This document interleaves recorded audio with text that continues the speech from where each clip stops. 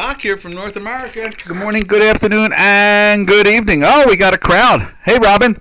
Janos, glad to see you're back. I was going to text you Friday night just to wake you up at 4 in the morning, but I didn't do it. Don't remember exactly what was tangling me up, but I didn't get home until 10 o'clock myself. So, anyhow, I hope everything was good up on the adventure. I didn't even check the temperatures. I should have seen how it was. You were worried about that. Hey, Benny. Benny and the Jets. Mountain West. I love that. Mountain West, what's happening? What else we got grooving on here this morning?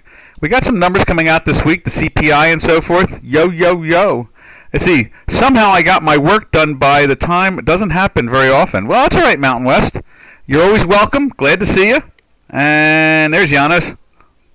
Oh, it was warm, all good. Excellent. Excellent. Good times, I imagine. Yes, indeed. Fire, woods, drinking. Sounds like a plan to me. Let's see. What else we got going on here? So, it is one of the... let's see. Work. Okay. So, Benny and the Jets. Good morning, Benny. We got... it's good morning, good afternoon, and good evening. It's 8:31. Just turning 8:32 now on AM here on the east coast of the US of A. And Tokyo is kicking at 9:32 PM. So the world is being the world. It keeps on spinning. And you can see dollar index right there. Let's get the dollar index up over here. There it is right there. One of the things that caught my eye out of this whole action is the bond market right there. I'm just going to throw it up real quick. See that? It's moving down. It's in a sell from Friday. It's flirting with a weekly sell. It means interest rates are rising a little bit here. So then when I saw that, I jumped right over to the dollar index itself. And obviously you can see it's firming up here. The weekly is trying to turn through. You can see the fast and the slow kind of battling with each other at the moment. I don't really think there's a lot of buyers out there, but I think that they're just probably flattening positions out. Just kind of, it's going to be interesting tomorrow. Supposedly the president's office, or I don't know who, someone's going to talk to the Congress about the bill they passed about the debt ceiling. That's creeping in with. I guess we got about 3 weeks to go in a sense. Today is the 8th, and so.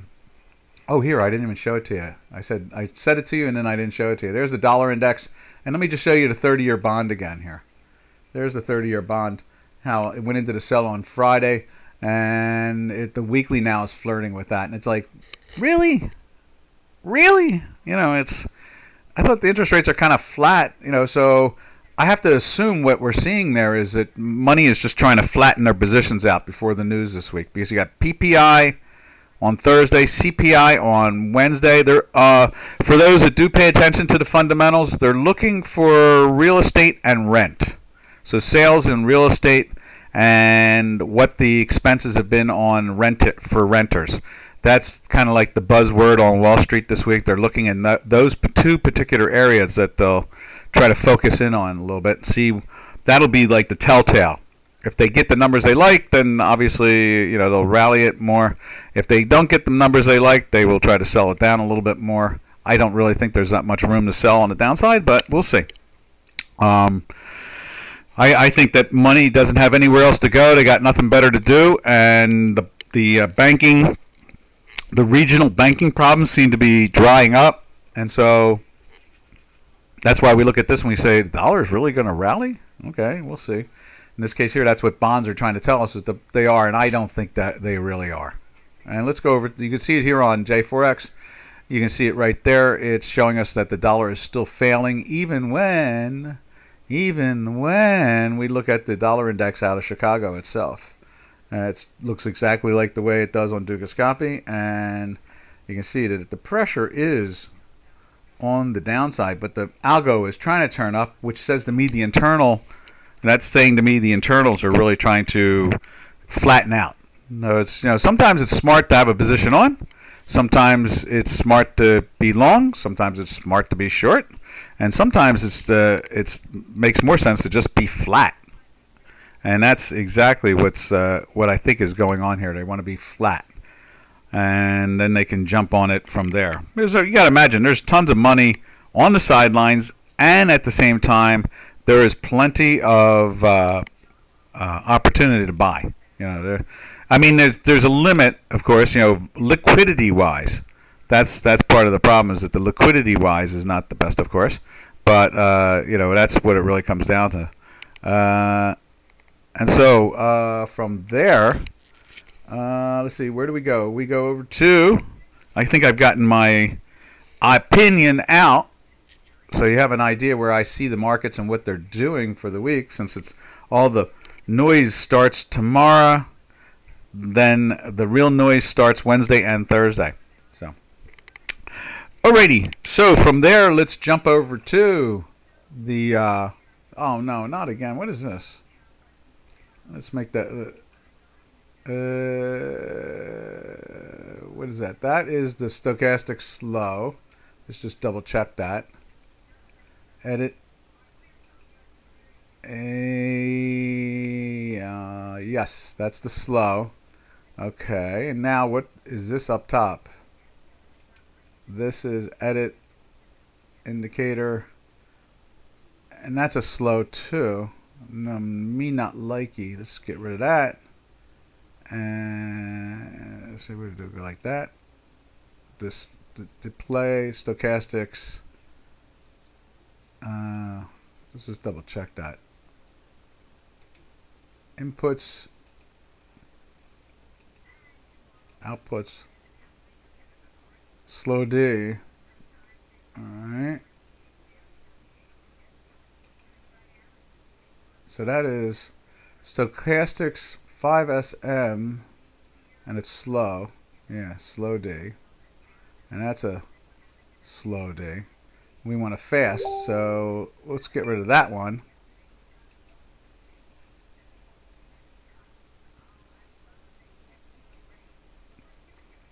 So we get rid of that one. Remove, edit indicator. No, I don't want to edit. I want to remove you.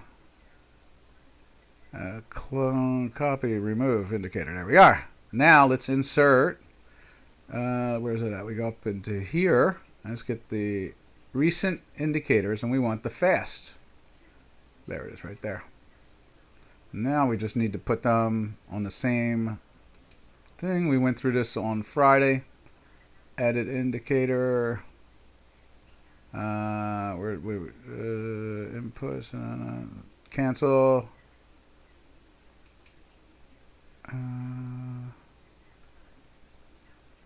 Restore default, maybe. Edit indicator. Arrange. No, that didn't do it. Maybe this one will do it. Restore, arrange again. No, that didn't do it.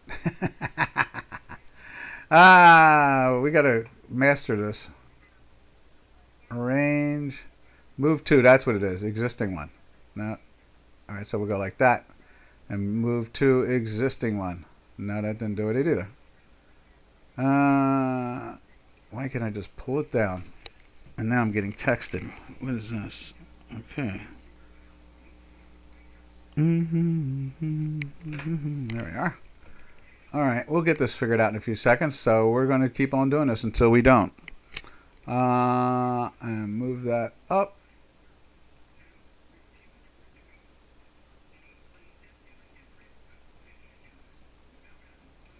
There. Okay, there it is. Arrange. Send backward, send forward, bring forward. Move to existing.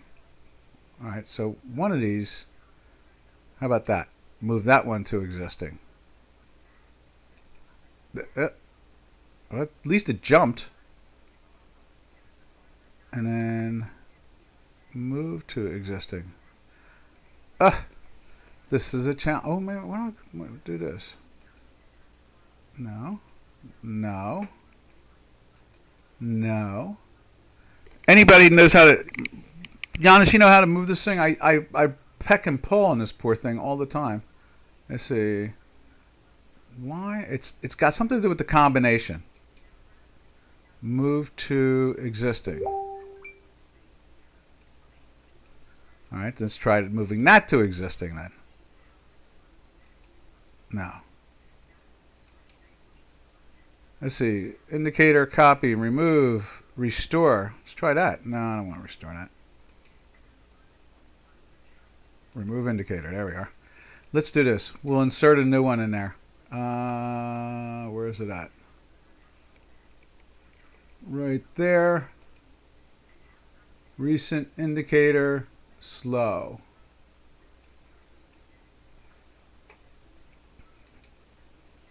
Alright, let's edit it again. Outputs. Make that yellow. It's dashed. And in this one, we get rid of it altogether. Okay. Now, we arrange it. Oop, arrange. Bring forward. No. Let's try that one. Arrange.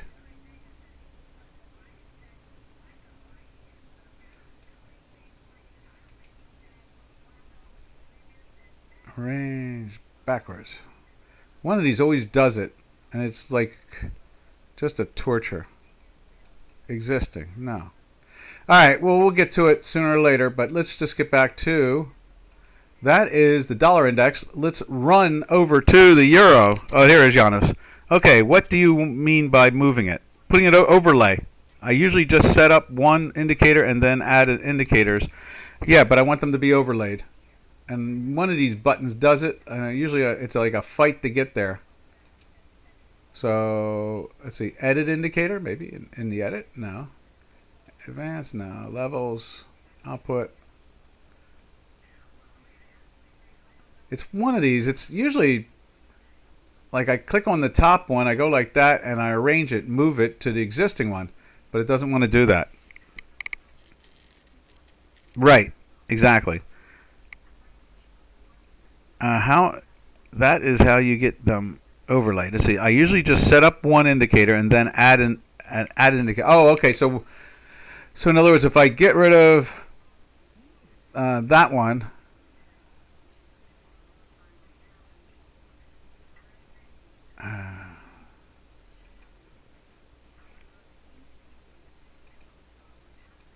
there, that's gone. Okay, now when I go to add it, indicator, let's see, add an indicator, cancel. Let's try it this way. Right there, recent indicator. That's the one I want. The slow one. I want it to lay over. So I go like that, and it puts it down at the bottom. So I guess if I get rid of it again, there must be a way of, right there, there must be a way of adding it on top of the other. I found a button that usually puts it there. So I guess I got to go add an indicator. So stochastics. I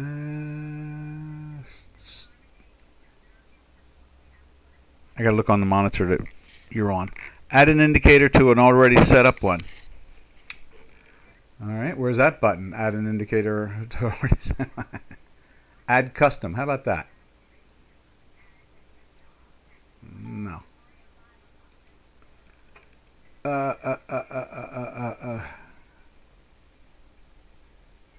Statistics. Momentum indicators. There we are.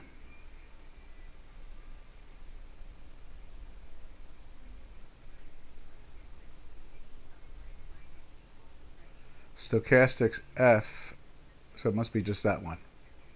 All right, and then sorry, when I say input or level or output, advance, calculate custom, show indicator in all periods. Yeah, of course.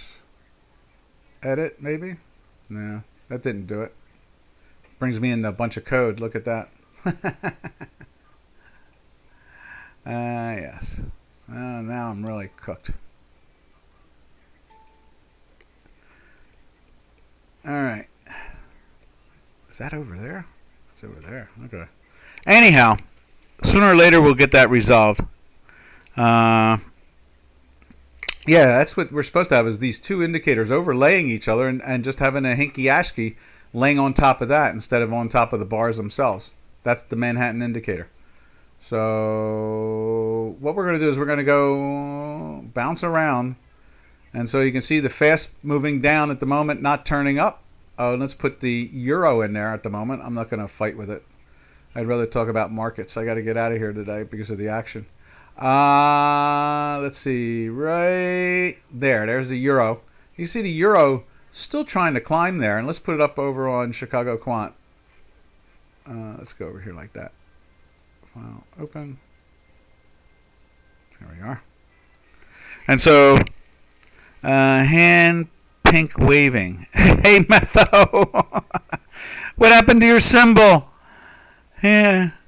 Okay, that's cool. Hey, I saw, unfortunately, I saw the natural gas going up for you, but that's all right. I'm sure you'd be happy if it go to $3 instead, you know? Wouldn't surprise me if it found a way to get to $3. So there is the euro. You see it's flirting with a sell and it's up for the day, but it's still in that weekly buy for an umpteenth week. You know, it's like, what is that? 2, 4, 6.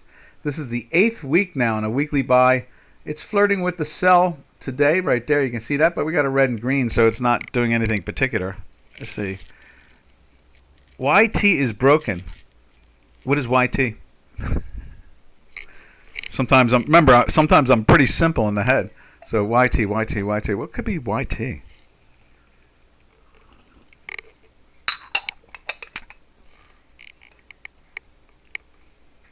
YouTube. Oh, is it working? Oh, it's not working as well as usual. At least I'm seeing the chat line. Let me just double check the volume. I haven't even tuned into my volume, and I imagine... Oh, yeah, there we are. I can hear my voice very clearly. YT. I like that. I have to remember that. YouTube. YT. Yeah, the euro looks to me firm and healthy. The algorithm is trying to break down a little bit. I don't think it means a lot. You can see it here on J4X. Same thing. It's trying to break down a little bit. It may be hitting that slow stochastic. We don't know. Let's see if we can go one more time and try to put it in there. Let's see. Let's make that bigger like so again. And then go like that. And then add a recent indicator, which is the slow stochastic. That's it right there. And then so if we go like, put that and go arrange forward. No, that doesn't do it. Restore default. No, that screws it up even more. I forget how to move this bloody thing. When I click on that, normally it sends me back where they overlay each other, but today they don't want to do that. So let's do this. Let's just get rid of it for the moment, and we'll only see half the Manhattan indicator at this point. So you can see, there, it's trying to curve over just like on Chicago Quant, and it may be challenging the dotted line or not. We don't know. Oh yeah, you know what? We can put it on there. We'll be able to look at the numbers themselves. So that's what we'll do. We'll just look at the numbers. It won't be visual. And so we go F and add an indicator and momentum and slow Stokes right there, stochastic, and edit. No, I don't want to edit. That made a mistake. I shouldn't have done that again. Yes. It's a challenge, all right. All right. Where are we at again now? Right there. Add indicator. Momentum. Stochastics. If anybody wants me to go look at something, I'd gladly just leave trying to play technical analysis with the programming. Add. Now I'll go like that. Edit. Indicator. And we'll go to output. And that will be yellow. Yellow, yellow, yellow, yellow. And that will be gone. There we are. Okay, and hit OK. And you can see there it's at 55. And green is at 52. So obviously it has broken the line. And what we'll do is we'll go like that with it, so we don't have to look at it that harshly. All right, there you go. That's the Manhattan indicator. And you just can't see it visually, that's all.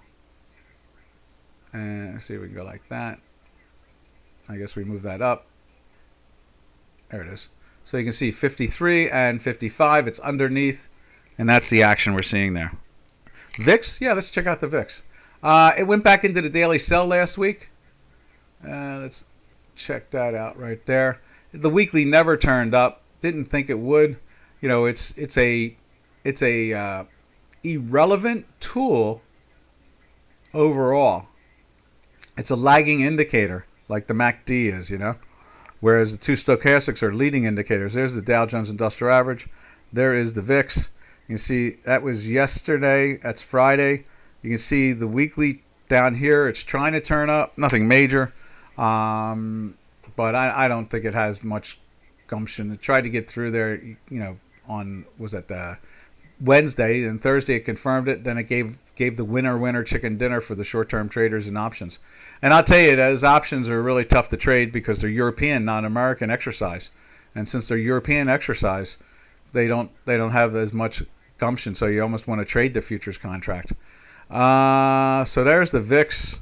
We don't really see anything particular exciting about it. Let's put it up on J4X. And like I said, it's not a leading indicator, so don't get too excited about the thing when it jumps a little bit. There it is right there. You can see same thing. It's trying to move down. And that was Friday, the little one. And now today you can see it's minus. And let's see if we can add, let's see if we can get it in there live right now. Because you can see the weeklies in there. Let me do this. Let me go see what setting is on the weekly. Cancel. The setting on the weekly is different. Okay, to 24/7. All right, so cancel. Now we'll do the same thing here. And there you'll see it jump in on the thing there. There we go. And that's where it's at. It's up a little bit higher today than it closed on Friday. But, I don't take it too serious either way. You know, this, even the fast couldn't do anything more than get through the manifold. I remember mentioning that last week, like, don't think this means something, lifting up, you know, getting into a buy. So that's really the VIX at this point. VIX is, I guess, you know, I'm trying to think, you know, it's really, I've been listening to some option traders, smart option traders, and you know, that have shows. You know, they have a webinar on live talking to markets every day. I haven't listened to them a couple of weeks, but one thing is for sure, they seem to follow the theta. They're following the theta more than they're following the VIX itself.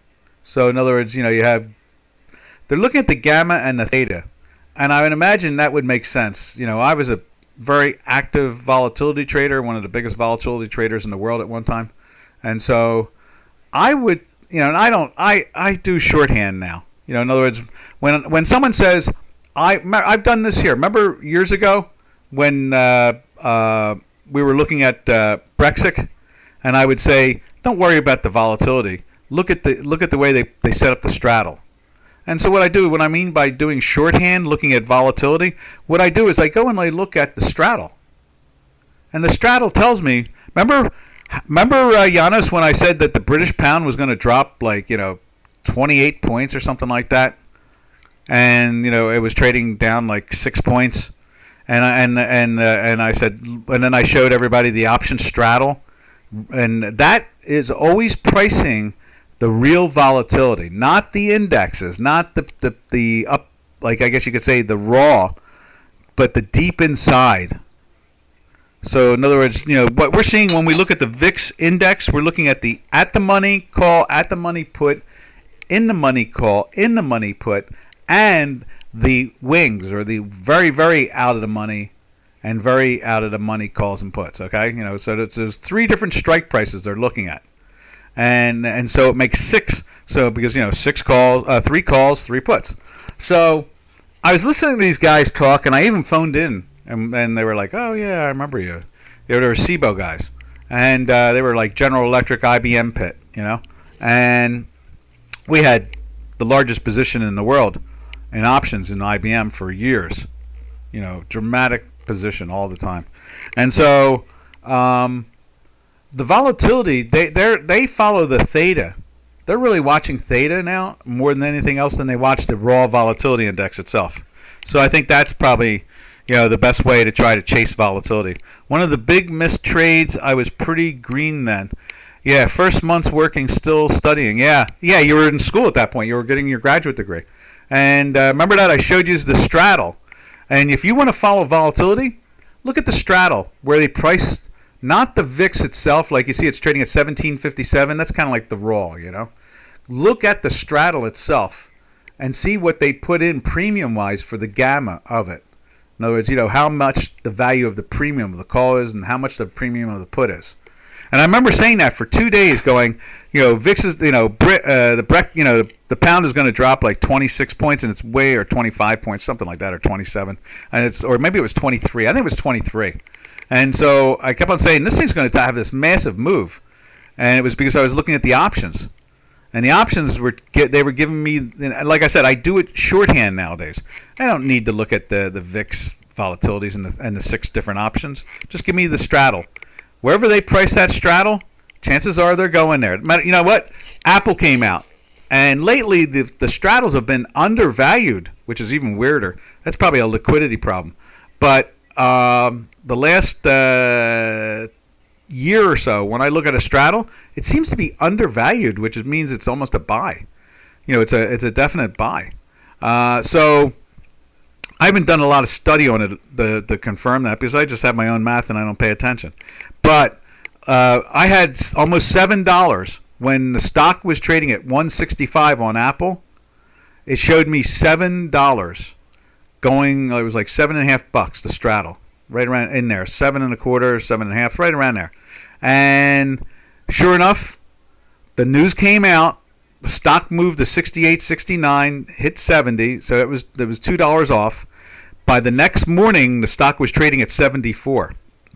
That makes it $9. That was $2 over what the straddle was pricing. And I seen them do that with was it Meta, Facebook? Same thing. Bad earnings came out. The straddle was pricing in, I think it was $12, and by the next morning on opening, it was trading at 17 or something like that. So look at this. If anybody out there wants to trade binaries and options, or is trading binaries and options, look at the straddle. Don't worry about the actual raw volatility number. They mean almost nothing. And so if you really want to get deep into the weeds, look at gamma and theta. If you really want to get into the Greeks and the mathematics. But I can tell you for a fact, just go look at the straddle. It's easier. Just look at price the straddle. It's right there in front of your face. It's like, the calls are 7, or in this case here for Apple, it was like calls were 3.5, and the puts were like 3 5/8. That's 7 1/8. Boom. That's it. I don't need to look at theta. I don't need to look at gamma. Just look at the raw straddle. So anyway, that's me. Anyhow, I know I've gone on walkabout there. Sorry about that, traders. I get a little lost there. Once in a while, the scientist comes out of me, and all the math pours out like milk falling, like water pouring out of a glass. Anyhow, I'm going to take a sip of my tea, and then we are going to go to the British pound, unless someone wants to see something else. So, and for volatility traders who want to trade the volatility, look at the straddle hours before the news. Whatever news it is, just look at the straddle, just where they line it up. So in other words, don't look at it 4 days ahead of time. Look at it, well, you can look at it 4 days ahead if you want, and it will tell you how much pressure is on something. If it's not really jacked up yet, then there's not a lot of pressure on it from the news coming out, the financial news and so forth. Benny and the Jets. Da, da. What's up, Benny? Let's see. Doc, can we look at the... Oh, yes, let's look at Cable Aussie. Cable Aussie. Bingo, bango, bongo. There it is. No, that's not it. There we are. There we go. There it is. And... the when was wrong. Sorry. Didn't mean to do that to you. Yeah, look at that. We thought that buy was going to give it to you. And this is a Doc loss. That's a rarity. So the when was wrong. We're in a weekly buy. It is flirting with the sell. Wait for the next when. In other words, the next daily buy. And then double up. And that will be probably, a winner chicken dinner, and it'll make what you lost right there. And if you had a stop in there, then you're out and you know what the loss is. And then and if you don't have a stop in there, I would do something about it. It's challenging this low here, but this is not pretty. It is oversold. You can see last time, every time it gets that deep down, you can see like there, it finds a way to bounce for a couple days. If you have the wherewithal to hold on a little bit longer, go for it. Don't have a stop out there unless it's like something like in the middle of this area here, like the 185 and change. Let me think, what else can I say about my mistake? Doc's wrong. I was wrong. So the math basically turned. I thought that was curious. I thought a lot of times that's a winner. It's down for the day and it goes into a buy. It must have been a Friday thing, very illiquid at the end of the day. But that's not an excuse. Trust me. It's a loss. And a loss is a loss is a loss. So we're down in the lows right now. Like that one there bounced up. There's a low there. Took 3 or 4 or 5 days to get it up. And where's the last low? There's one right there. Let's see if we can find when it went into the buy and failed. This one right here. Went into a buy there and failed. Didn't take out that as deep a low. Let's contract that a little bit more. And move that over a little bit more like so. You can see right there, that didn't make it as low. That's but that one there, that was in the buy for all that time. How about this one? See that this line's drawn down pretty far. I would just get out of it and start over again. Just wait for the next buy signal. As long as it stays in a weekly buy. I mean, we do see it down here towards the line. This may be a change of direction overall. I mean, it's been in that weekly buy since the end of February. You can see where the fast jumped in at the end of February. The slow joined in the last week of February, and it confirmed it on the close of that week itself. And then we had that move from the 177-ish area. What is that?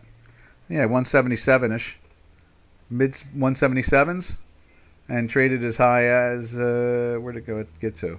190. Okay, so it was a 13-point move. That's pretty good. Yeah, I'd get out of it and start over again. Wait for the next buy signal. That's probably the smartest move to do.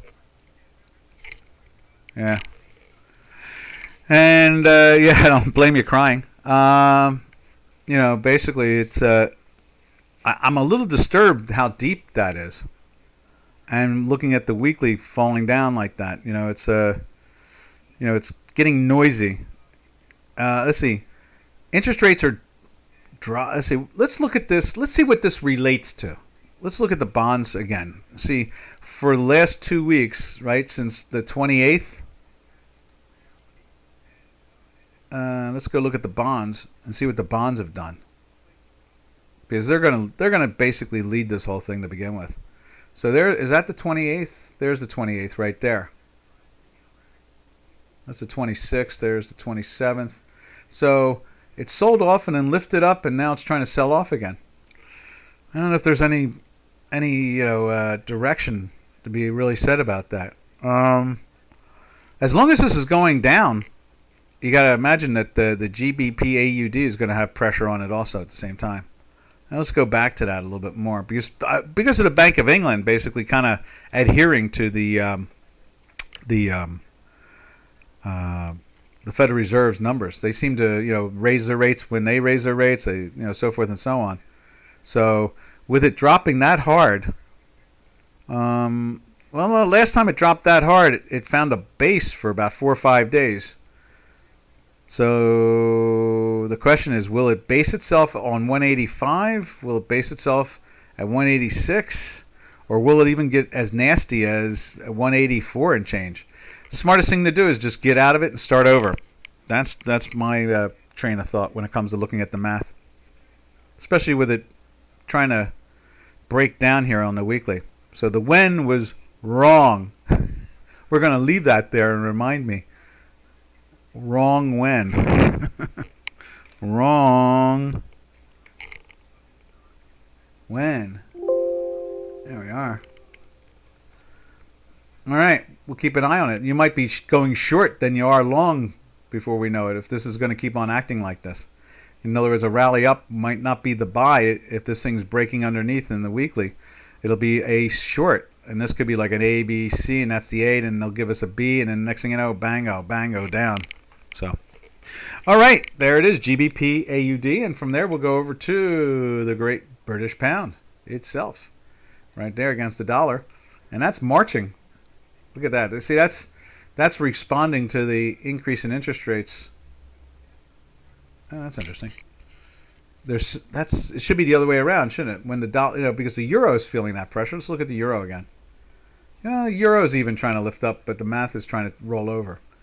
But the pound is lifting up like as if interest rates are dropping in the States. You wonder what that's going to look like by the end of today. Keep an eye on pound.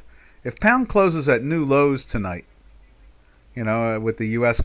4 o'clock close or 5 o'clock close, 5 Eastern Standard Time close, and if the pound is at the lows of the day, then there's going to be pressure on it. Now, I guess because of the strength in that, we're seeing the weakness in this. That would make sense. There you go. Yeah, so the last couple of days, the pound's been running up where it made that nice high there. Isn't that interesting? And it started breaking down on the AUD. So the AUD is strong. The Aussie is stronger. That's what it comes down to. Because when it goes down against the pound, it's gaining value against it. So, all right, I hope that helped out. I hope I didn't confuse anything more than just being wrong. All right. Let's see, where do we go from here? Let's go to the Swiss. Now, the Swiss is, they did that pop on Friday, and now we're coming back down. I don't know. The interest rates are really trying to tell us all kinds of strange stories here. This says the currencies are trying to tell us that interest rates want to go down, right? And the price of the bond should be going up. But we're looking at the bond. The bond is in a 2-day buy. No, I'm sorry, 2-day sell. So it's doing the opposite. And the interest rates are rising here on the long term. Maybe the short term, maybe it's more influenced on a short term basis, like a 10-year. You know what? Let's take a look at that. Because now you have my curiosity up. When I lose, the math loses. It always makes me look deeper into everything. So let's go find. So what we're going to do is we're going to go find, something like that. And and while we're there, let's put GBP AUD up on this at the same time. And then we'll go take a look at the bonds real quick, just on just a general view. Okay, like so. And then we'll go like that, and then we'll go over here. Let's see. Let's go take a look at. There we are. And we'll find it in a second or two. Let's see. Trading. And the bond rates. There we go. And this is coming over to the screen. Here we go.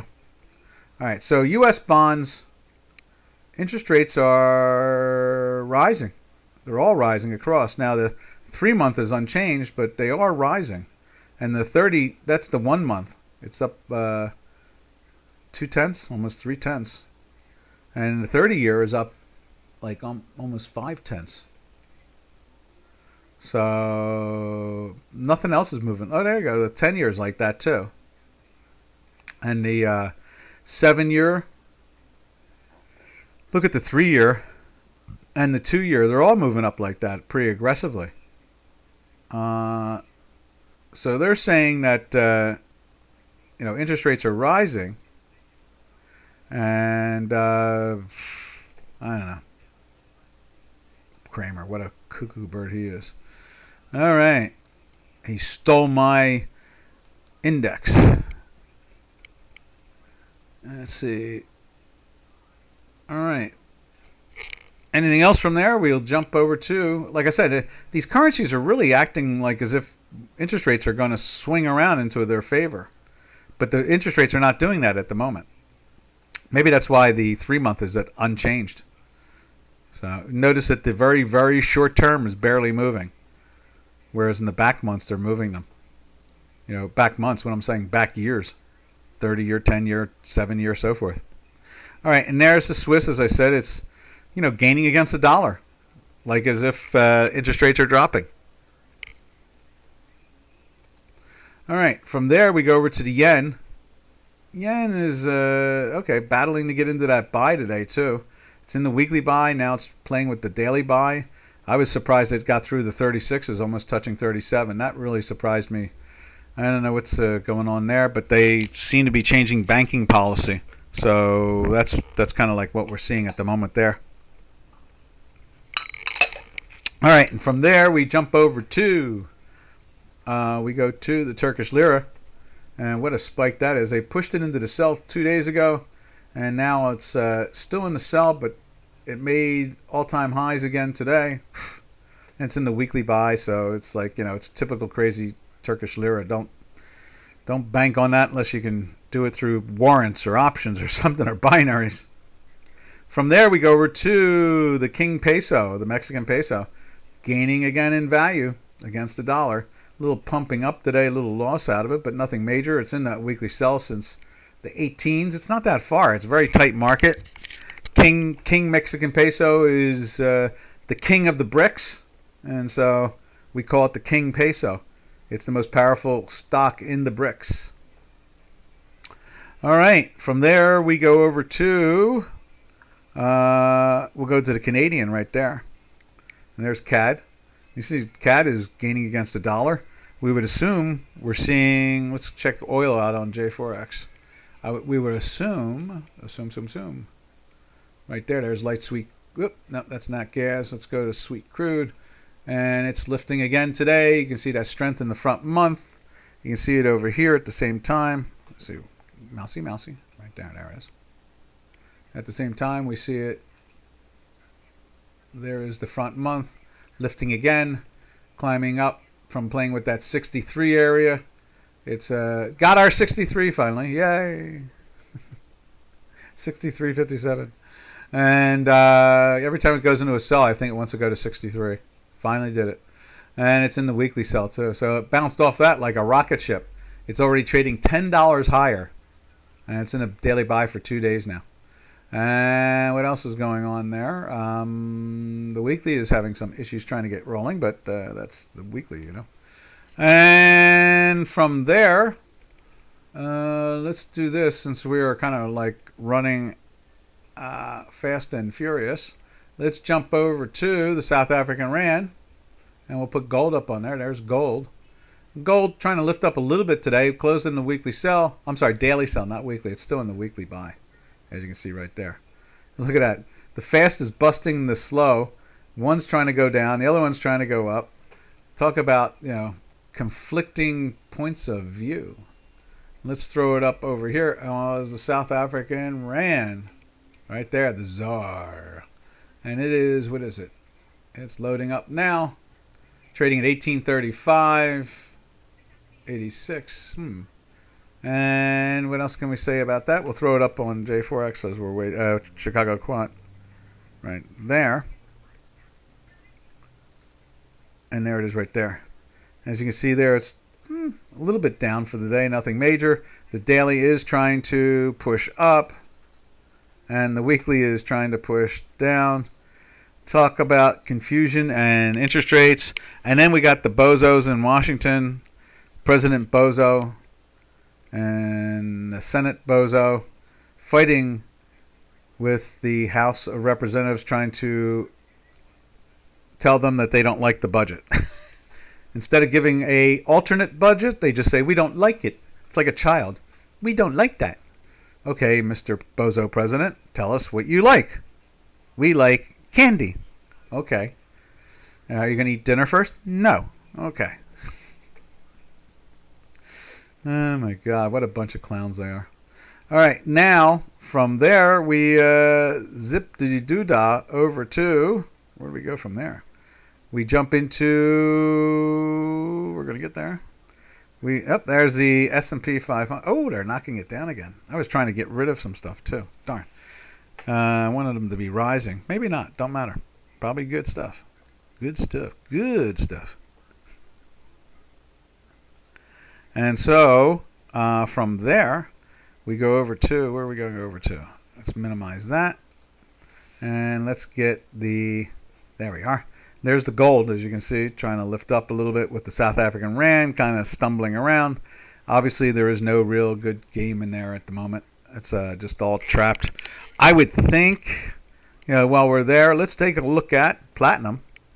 Platinum is trying to get into a buy, so for the longs in gold, that's got to feel good. Now, the fast has dropped underneath the zero line today on the weekly, but the slow is above the manifold, so what can you say, My hands just went up in the air. I don't know if you can really define any of it at this point. A lot of noise. This is like one of those times where you don't want to really put the trade in position. Matter of fact, that's what I'm trying to do. I have a butterfly on, and it's not a broken wing. Actually, it's a trapezoid, and I'm trying to take it off, take the money and run, because I don't think I want to be sitting here for the next couple of days. I might throw on a cheap little butterfly for pennies, but overall, I don't want to have any decent money out there at risk. It doesn't make any sense to have it that way because there's too much noise coming in on Tuesday and Wednesday and Thursday. Or as they say in The Godfather, Monday, Tuesday, Thursday, Wednesday, Friday. Alrighty. So from there, let's take a look at copper. Copper was looking interesting. It's jumped into the buy for a few days here now, and the weekly's in the sell. So no clear direction there either at the same time. Interesting picture. It is, Giannis. It's let's see, Ronald Reagan at the NYS. Oh, cool. Was that up on my screen? Oh, on Twitter. Let's check that out. I remember those days. Big Ron. No, I think I was there that day, maybe. Yeah. What year was that? No, that was the early one. I wasn't there for that. I think that was like 82 or 81 or something like that. After he got elected, I think. Let me see if they showed the date. When was Big Ron on the floor? Oh, that's 87. Ronald Reagan at the NYC at 87. No, I was in Chicago in 87. I was arbitraging in New York at that point. But I had traders on the floor in New York doing the arbitrage. I was doing the knife SPY spread. So you traded the New York Stock Exchange Index futures contract against the S&P 500 futures contract. Big Ron. That's Big Ron. And that would be Secretary of Treasurer Reagan right there. Oh, you can't see this picture. Let's see. Yeah, the guy with the red tie? Behind him is Don Regan. And let's see if I recognize anybody in the crowd there. I don't really recognize anybody particular. Oh, there's more space. Okay. That's a good picture. I agree. That's a great picture.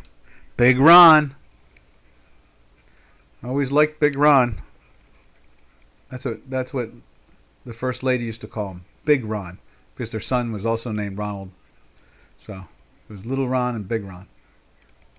Big Ron. All right, from there we slide over to, where are we sliding over to? We're sliding over to, that's the metals. So let's go over to, let's do this too. I'm going to save that.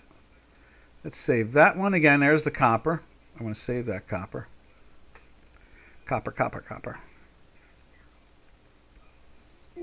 Right there. And then, let's see, we go like this. I want to save the platinum too. There's the platinum. And that's looking good, Billy Ray. Feeling good, Lewis. That's our World Trade Center movie we like to watch every year on September 10th. So we can see the old trading floor that is resting in peace now. Let's see. Platinum. Right there. Good. We saved the platinum. All right. So from there, we go over to the gases. There is crude trading at 73.36. 37s are trading. And then we take a look at the back month of September. It's trading at 72.50. So what is that? That's 14. It's 86 cents discounted. So the back months are still not in demand like the front months are. So they're having delivery things going on there. And so that's why we see that action there. So when we go into the front month, as you see right there, that pressure is on it. See, bingo, bango, bongo. There we go. All right, now from there, we go over to Nat Gas, and there's the Nat Gas. You see it's lifting up. It's getting very close to getting into a buy. Once we dump that red dot and it gets across the zero line, that thing is going to be more buyers than sellers. And so that's where we stand at the moment with Nat Gas. Indeed. Now, as Giannis would say, let's look at my favorite girlfriend. And that is Espanol, baby. And where is she? And it is the energy company down in Spain. And we'll find it in a few seconds. And that gives us an insight to what Nat Gas looks like on the continent. And there it is right there, trading in the 28s. So it's at $28 and some odd cents a cubic foot. And in the United States, we are $2 in some sense to a cubic foot. So what's that? The 13-fold. So 13 times 2 is 26. And then the 20 cents puts it right up to the 28.48. That's another $2. And that's unfortunately what it's all about, unfortunately, at the moment for Europe. All right, what else have we got going on here? That does the energies. Let's do a quick look at the stock indices, and then we're out of here. So right there we have, there's the S&P 500. You see it's trying to stay up there firm. You see it's still in its weekly. Where's the line at? We have a weekly line somewhere in there. That's it right there. What is that? No, that's it right there. There's no line in there. So it's above the zero line. See, it's at 27.50. S&P is looking fine. Even the fast is above the zero line. Then we go over to the Tech 100. Where's the Tech 100? Right there. And Tech 100 doing the same gig, holding on strong. And you can see the weekly holding on nicely at the same time. Then we go and look at, right there, the Dow, no, not that, the Dow Jones Industrial Average right there. Is it showing us? That's yesterday. Let's go over to, let's close that and find today's at the same time. Close. Close, close, close. But it's up 100 points, I can tell you that. And let's go right here. And there's the answer to that. And there's the, see, up a little bit today, still in a buy, still in a weekly buy. And let's see the leader of them all, and that is Bitcoin. Let's see if it's updated. What is that all about? So they're smacking, oh, that's not a good sign. They're taking Bitcoin down after 2 days in a buy? That's not good at all, traders. I hope that's bad ticks, but I doubt it. I think that's the futures contract, and that's what's happening. So, be careful, traders, about the long side here. Again, everything is so mixed, so confused. This is Doc from North America. We got 4 minutes to the U.S. Open, and I want to get my position off. So we're going to go close out here and start preparing for getting unwound. So this is Doc from North America. Catch you all tomorrow. Oh, and our title today. What should our title be? Let's give it a title. So today's title should be Mixed Markets Standard Aside. That is my opinion about it all. Mixed markets, wait till Wednesday. Sometimes it's worth being long, sometimes it's worth being short, and sometimes it's better be neutral. In this case here, binaries are the answer to it all. Binary calls, binary puts for about 3 or 4 days. So, happy trails to you until we meet again, which will be tomorrow. Happy trails to you, to all our trading friends. Later, later, traders. Over and out.